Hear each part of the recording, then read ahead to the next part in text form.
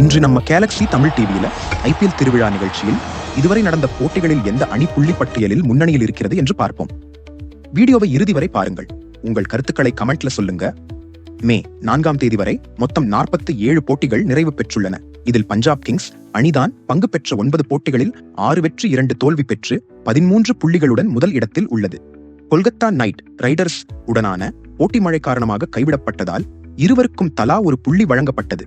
நடப்பு champion RCB அணி பங்கேற்ற 9 போட்டிகளில் 6 வெற்றி 3 தோல்வி பெற்று 12 புள்ளிகளுடன் நல்ல ரன் ரேட் அடிப்படையில் 2ஆம் இடத்தில் உள்ளது. அதேபோல் Sunrisers Hyderabad, Rajasthan Royals, Gujarat Titans அணிகள் தலா 10 போட்டிகளில் விளையாடி 4 தோல்வி 6 வெற்றியுடன் 12 புள்ளிகள் பெற்று 3, 4 மற்றும் 5ஆம் இடத்தை பிடித்துள்ளது.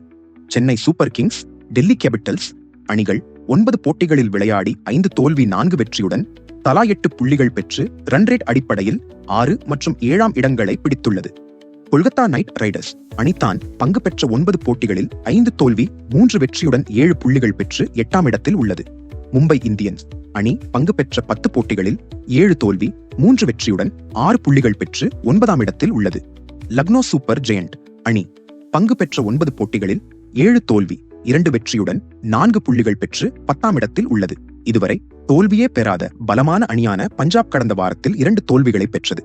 அதேபோல் CSK அணி மும்பை அணியை 2ஆம் முறை வீழ்த்தி 8 விக்கெட் வித்தியாசத்தில் அபார வெற்றி பெற்றது.